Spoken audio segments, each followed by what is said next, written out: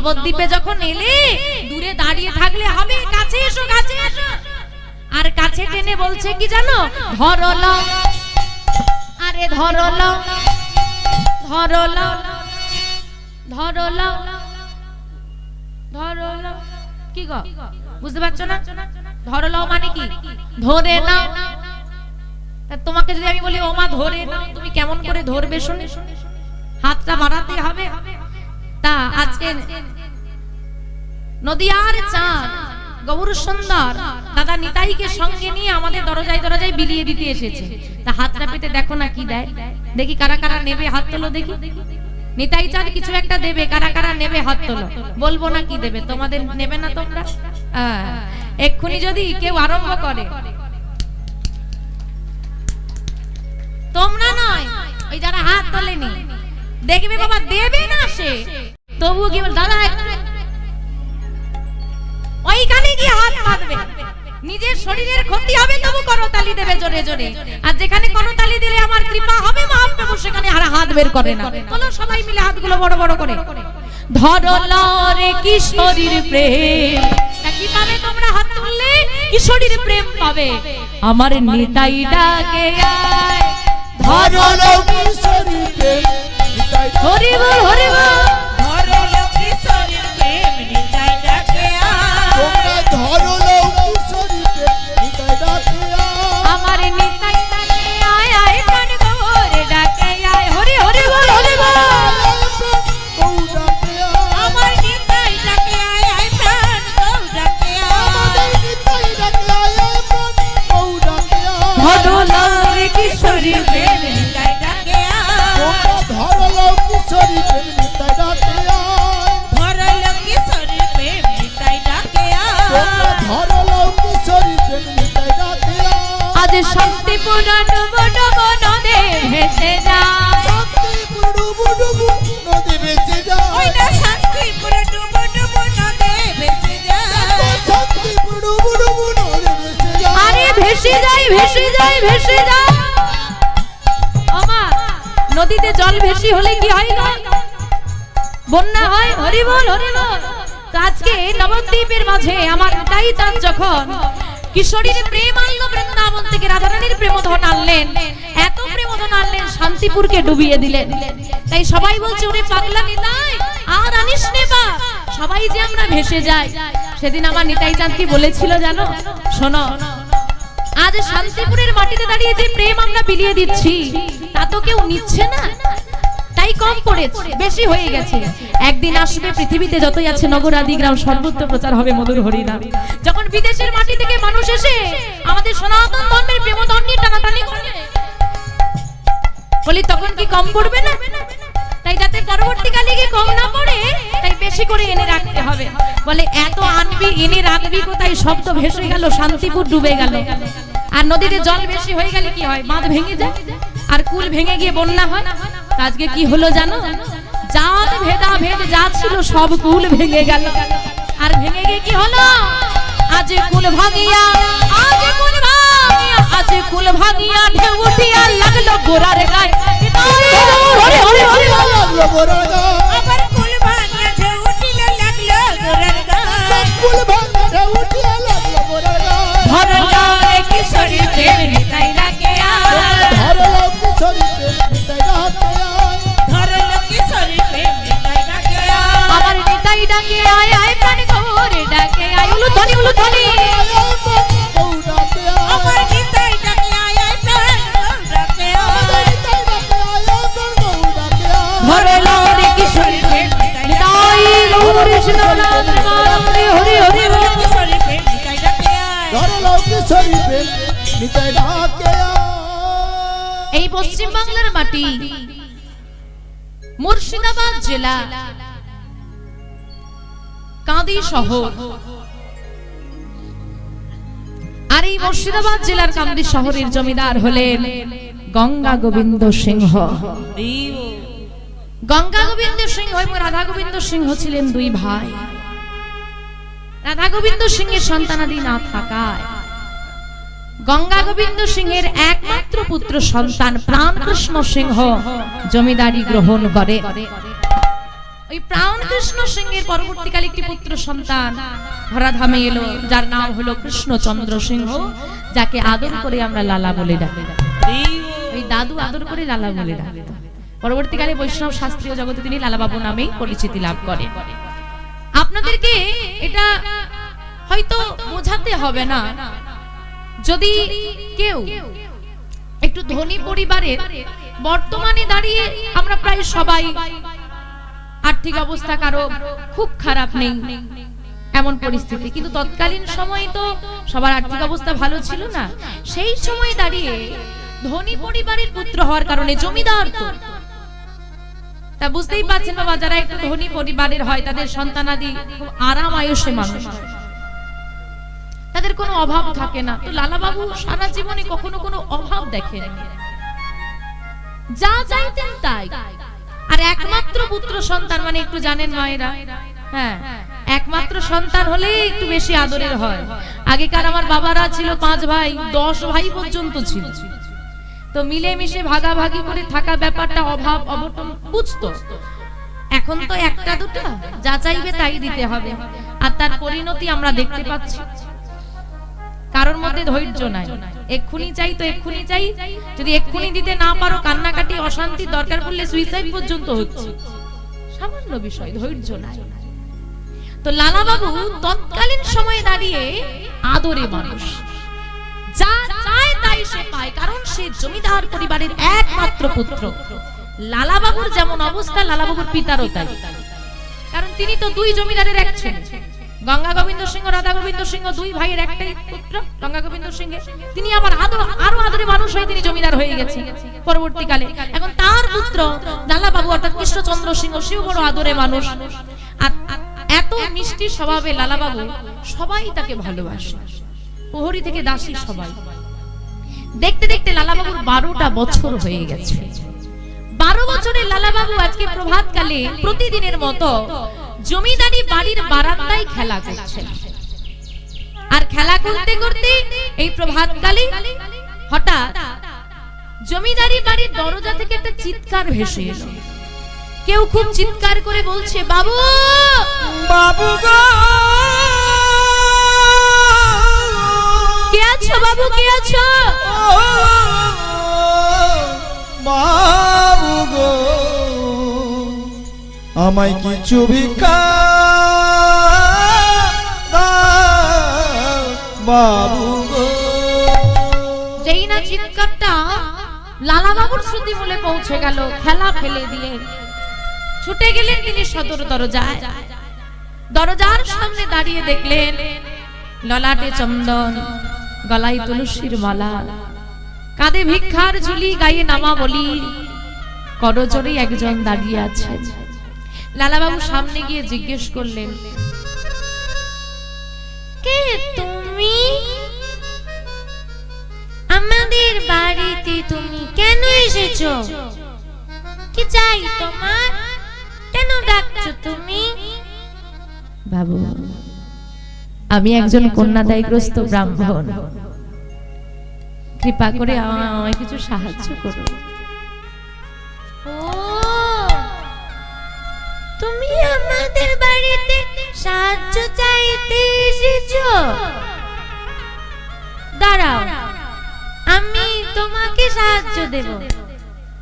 প্রহরী, ও প্রহরী, প্রহরী, বলুন ছোট বাবু, যাও এই ব্রাহ্মণকে তুমি এখনই 1000 টাকা দান করে দাও।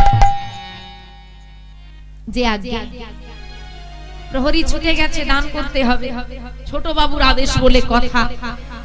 এখন আপনাদেরকে বুঝতে হবে, মা ওই কন্যাদায়গ্রস্ত ব্রাহ্মণ, কন্যাদায়গ্রস্ত মানে মেয়ের বিয়ে দেবে। আজ থেকে যদি 10 বছর আগেও একটু ঘুরে দেখা যায়, এটা কিন্তু ছিল বাবা। ওই মেয়ের বিয়ে দিতে হলে কম বেশি আসতেন, কিছু কিছু কিছু কিছু, খুব বেশি দেখা যেত না, কিন্তু দেখা যেত, এখন আর দেখা যায় না। তো 1000 টাকা দান করেছেন। ঘটনাটা আজকে নয়, 2025 সালের নয়, আজ থেকে 250 বছর পূর্বে একটা 12 বছরের ছেলে 1000 টাকা দান করলো, মানে কথাটা কি খুব সাধারণ? আজ থেকে 20 বছর আগের ঘটনা যদি দেখা যায়, ওই 50 টাকা 100 টাকায় আমার বাবারা কাজ করেছে 20 বছর 50 বছর আগে, তাহলে 250 বছর আগে 1000 টাকা দান করছে। 250 বছর পূর্বে তৎকালীন সময় লালাবাবুর পারিবারিক আয় ছিল বছরে আনুমানিক 52,36,000 টাকা। 250 বছর আগে এই পরিমাণ অর্থের মালিক ছিলেন তিনি। তার বছরেই আয়টা হতো 2025 সালে দাঁড়িয়ে মনে হয় এখানে বেশিরভাগেরই নেই 52 লক্ষ টাকা হয় বছরে। তাহলে তৎকালীন সময়ের ঘটনা, তাহলে তাদের কাছে 1000 টাকা কোনো ব্যাপার না। প্রহরী গিয়ে দাঁড়িয়েছে লালাবাবুর পিতার কাছে, কারণ জমিদার অনুমতি দিলে তবে দান হবে না, ছোট বাবু তো বললে হবে না। এখন শুধু অনুমতিটা আনতে যাওয়া মাত্র, যেই না বলেছে ছোট বাবু দান করেছে 1000 টাকা, তিনি হিসেব পত্র করছিলেন, যে আসনটাই বসেছিলেন সিংহাসনে সেটা ছেড়ে উঠে বলছে, কি হয়েছে, কি বললি, 1000 টাকা। সে একটা ছোট্ট ছেলে বলে দিলে 1000 টাকা দিয়ে দিতে, আর তুই চলে এলি আমার কাছে। ও বোঝে না, তুই জানিস না 2 টাকা রোজগার করতে কত কষ্ট করতে হয়। কিন্তু ছোট বাবু যে কথা দিয়ে ফেলেছে, কথা দিল বলেই আসতে হবে। এখন কি যে করি আমি, জমিদার বাড়ির ছেলে কথা দিয়েছে, না দিলেও একটা সম্মানের ব্যাপার আছে। যা যা যা গিয়ে 1000 টাকা দান করে দে। আর শোন, দান তো করে দিবি, সঙ্গে লালাকে শুনিয়ে দিবি, যতদিন না নিজে রোজগার করতে পারছে তার যেন এত দানের বাসনা না জাগে। যে রোজগার করে না সে কখনো অর্থের মূল্য বুঝবে না। প্রহরী এসে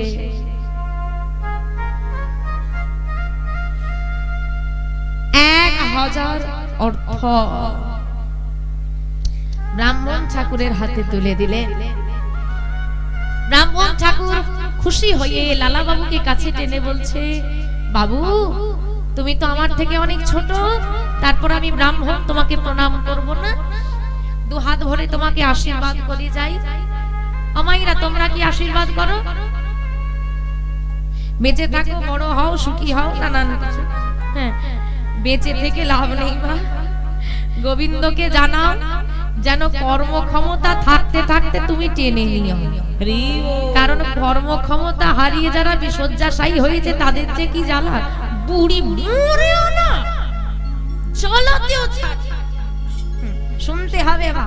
তাই গোবিন্দের কাছে একমাত্র প্রার্থনা, হে গোবিন্দ যতদিন তোমার সেবা করতে পাচ্ছি নিজে হাতে, সেই সেবা ও দিতে পারবো, এইরকম থাকতে থাকতে তুলে নিও, কারোর উপরে চাপিয়ে দিও না। সংসার যে কারোর দায়িত্ব নিতে চাই। ভালো থাকো, কতই আশীর্বাদ করলো ঠাকুমারা, ভালো থাকো। বলো দেখি ঠাকুমাদের আশীর্বাদে ভালো কে আছে?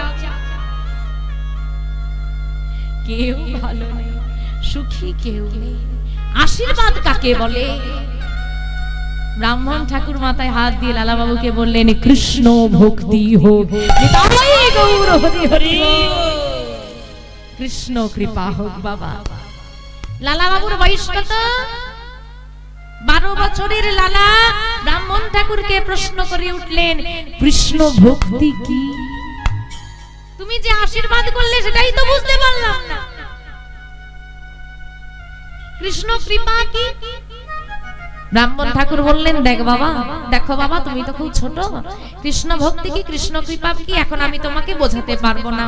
তবে একটা কথা তুমি সারা জীবন মনে রেখো, একটা কথা তুমি সারা জীবন মনে রেখো, এই মানব দেহটা পেয়ে যদি একদিনও তোমার কৃষ্ণ কৃপা না হয়, এই হৃদয়ে যদি একদিনের জন্যও কৃষ্ণ ভক্তি না আসে, তবে জীবনটা বৃথা। লালা বাবুকে কথাটা বললেন সারা জীবন মনে রাখো, মনে রাখবে। লালা বাবু জীবনের শেষ নিঃশ্বাস পর্যন্ত কথাটা মনে রেখেছিলেন। আর আমরা বছরে 50টা হরিবাসরীকে কীর্তন শুনি, যেইটুকু সময় কীর্তন শুনি মনে থাকে, বাড়ি গেলেই ভুলি। হরি বল হরি বল। তাই বলছি মা, যদি কৃষ্ণ ভজন সাধন করতে না পারো এই জীবনটা বৃথা। তাই দেরি না করে কৃষ্ণ নামে বলো ভাই। কৃষ্ণ নাম না বললে কি হবে? জন্ম বৃথা যায়, এই জন্ম দুদিন কারে কৃষ্ণ নাম বলো ভাই জন্ম বৃথা যায় এ জন্য দুদিন কার কৃষ্ণ নাম বলো ভাই জন্ম বৃথা যায় এ জনম দুদিন কার নাম বলো ভাই জন্ম বৃথা যায় এ জন্য দুদিন কার এই জীবনটা কাগজের টুকরো এ জীবন হ্যায় কাগজের টুকরো এ জীবনে হয় কাগজের টুকরো এ জীবন হ্যায় কাগজের টুকরো এই জীবনটা কিসের টুকরো কিসের টুকরো হ্যাঁ, কেন তুমি এই দেহটাকে কত সুন্দর করে সাজালে আমরা ভাবি এই দেহ কত দামি কত অহংকার কিন্তু এই দেহটা কাগজের টুকরের মতো কাগজের টুকরো কেন তুলনা করা হচ্ছে তোমরা দোকানে কোনো জিনিস কিনতে যাও এই সব মশলা মুড়ি কিনে আনছে তো যখন মশলা মুড়ি কিনে আনছে না মা ঠোঙাই করে দিচ্ছে না কাগজে করে তুমি কাগজটা যত্ন করে আনছো কেন তার মধ্যে মুড়িটা আছে মুড়িটা খেয়ে ফেলবে মুড়িটা শেষ হয়ে গেলে কাগজটাকে কি করবে ফেলে দেবে না? মুড়িটা যতক্ষণ থাকবে ততক্ষণ ঠোঙার যত্ন কাগজের যত্ন যতক্ষণ তুমি সংসারে টাকা দিতে পারবে ততদিন বাবার যত্ন যেদিন বাবা কর্মক্ষমতা হারিয়ে আর দিতে পারবে না বিদেশি কুকুর বেডরুমে থাকে বাবা তাকে সিঁড়ির তলা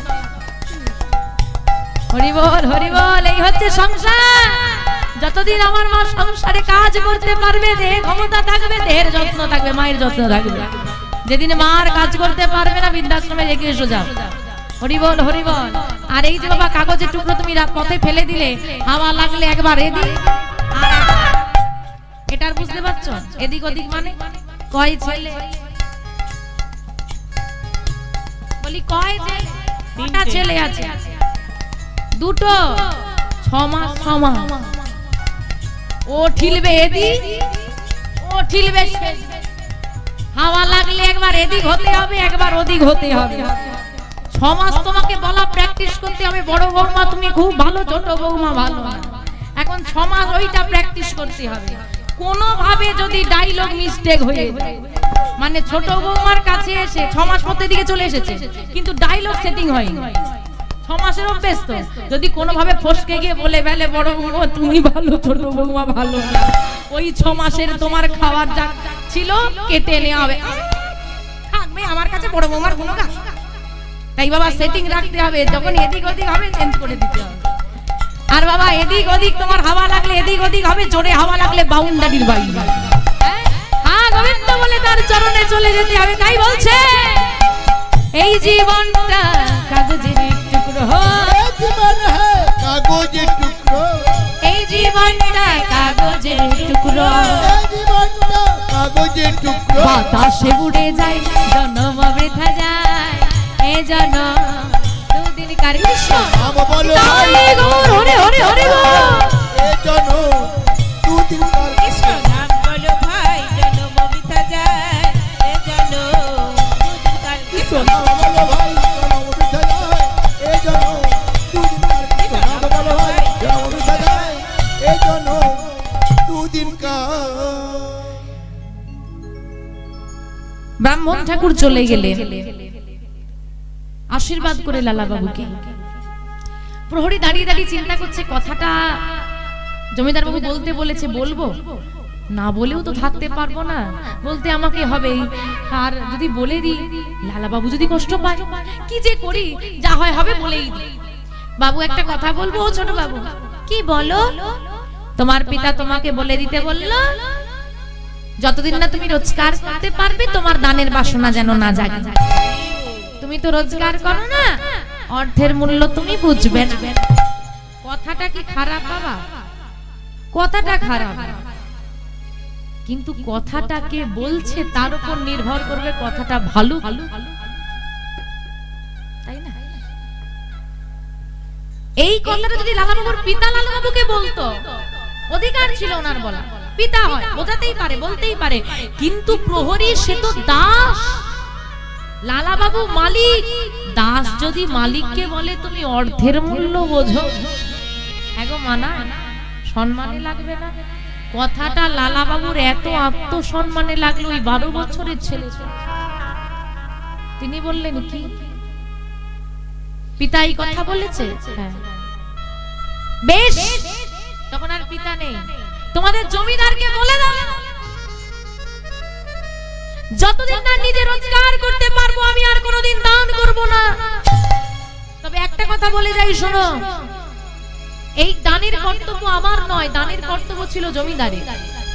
জমিদার যদি তার জমিদারি থাকা সাধারণ মানুষকে না দেখে কে দেখবে? সাধারণ মানুষকে যে এত টাকার মালিক হয়ে একটু সাহায্য করতে পারে না তাকে জমিদার বলে আমি মানি না। আর যে সামান্য 1000 টাকার জন্য নিজের পুত্রকে অহংকার দেখাতে দ্বিধাবোধ করে না, যার কাছে পুত্রের সম্মানের আগে নিজের অর্থের অহংকার হয়ে দাঁড়ায়, তাকে আমি পিতা বলে মানি না। যাও জমিদারকে তোমাদের বলে দাও আমি আর কোনোদিন দান করব না। সঙ্গে এটা শুনিয়ে দিও, যার এত বড় জমিদারি কিন্তু মনটাই যার এত ছোট, তার ঘরে আমি আর এক মুহূর্ত থাকবো না। ওই যে বাবা বারান্দা থেকে বেরিয়ে এসেছিল দরজার সামনে, এক পাও ভেতরে আর নয়। যে পথে ব্রাহ্মণ ঠাকুর চলে গেল সেই পথ ধরে 12 বছরের লালা ছুটতে ছুটতে জমিদারি বাড়ি ছেড়ে বেরিয়ে ছাড়লো। জমিদারি বাড়ি ছাড়লো, কান্দি শহর ছাড়লো, মুর্শিদাবাদ জেলা, চলে এলেন বর্ধমান জেলায়। তৎকালীন সময়ে দাঁড়িয়ে বর্ধমান জেলার একটি সিরিস্তাদারে 20 টাকা বেতনে লালা বাবু কাজ শুরু করলেন। আমার কোন বাড়ির ছেলে? লালা বাবুর বাড়িতে টাকার পাহাড় ছিল, পাহাড় সমান অর্থ। 20 টাকা বেতনে কাজ করে। শিক্ষণীয় বিষয়, লালা বাবু জমিদারের ছেলে, আরামাইশে মানুষ হয়ে সোনার পালঙ্ক ছাড়া যার ঘুম ধরতো না। বিছানা থেকে নামার পর চরণটা মাটিতে দেবে না, দাসী থাকবে, পাদুকা জোড়া এগিয়ে দিতে হবে, না হলেই গন্ডগোল। সে আজকে 20 টাকা বেতনে কাজ করছে। আর বাবা আমাদের ছেলে মেয়েরা একটু শিক্ষিত হয়ে যাওয়ার পর যদি বলা হয় মা বাবার সঙ্গে একটু চাষের জমিতে যেত, সম্মানে আমি কত শিক্ষিত, পাড়ার মোড়ে বসে আড্ডা দেবে, তবু বাবার সঙ্গে ব্যবসায়ী একটু হাত বাড়াবে না, কেন? সম্মানে লেগে যাবে। শোনো মা, কর্মের অলসের আছে সম্মানের ভয়, কর্মের করোনা সম্মানের। কর্ম যেমনই হোক, ভগবান শ্রীকৃষ্ণ যদি ভগবান হয়ে গরু চড়াতে পারে, তুমি আবার কর্মের ভয় করো? এদিকে বছর গড়িয়ে গেল, জমিদারের ছেলে গেছে খোয়া, চারিদিকে চলছে সংবাদ, যে পারবে লালাকে খুঁজে এনে দাও। কিন্তু এই যে হারিয়ে গিয়েছিল না একটা বাচ্চা মেয়ে, ওই যে বলে দিল বাবারা পেয়ে গেল, বলি এখন ফোনের ব্যবস্থা এসে গেছে, ফোন হয়ে গিয়ে পাওয়া যায়। তৎকালীন সময় তো তা নয়, লালাবাবু তো সেই মুর্শিদাবাদ জেলাতেই নেই, কোথায় পাবে? কেই বা জানবে সে জমিদারের ছেলে? বহুদিন খোঁজার পর লালা বাবুর সংবাদ পাওয়া গেছে, চলো লালাকে ফিরিয়ে আনতে যেতে হবে। প্রহরীদেরকে পাঠিয়ে দেওয়া হলো, আপনার পিতা তার ব্যবহারের কারণে দুঃখিত, আপনি ফিরে চলুন। একটাই কথা, আমি অমন পিতার মুখ দর্শন করতে চাই। থাকতে বলো সেই অর্থ নিয়ে, যে অর্থের তার অত অহংকার, আমার প্রয়োজন নেই। পুত্র শোকে, পুত্রের এরূপ কথা যখন পিতার শ্রুতিমূলে প্রহরীরা এসে বলছে, শোকে, ওমা সব থেকে মারণ রোগ কি বলতো? চিন্তা। চিন্তা চিতা সমান। লালা বাবুর পিতা অসুস্থ হয়ে গেলেন, খবর গেল লালার কাছে, তোমার পিতা অসুস্থ, ফিরে চলো। না না তো নাই, পুত্র শোকে লালা বাবুর পিতার প্রাণ চলে গেল। নিতাই গৌর হরি হরি। সংবাদে গেল, লালা বাবু কিসের এত অভিমান? তোমার পিতা আর ধরা ধাবি নেই, যার প্রতি অভিমান করে তুমি ঘর ছাড়লে, যার প্রতি অভিমান করে তোমার এত কষ্ট করে রয়েছ, সে আর নেই। এই অভিমান মুছে ফেলে ফিরে চলো। লালা বাবু দুঃখিত হলেন যে এইরকম হয়ে যাবে, আমি তো বুঝতে পারিনি, অভিমান চলছে। এরকম ঘটনায় লালা বাবু দুঃখিত হয়ে ফিরে এলেন জমিদারিতে।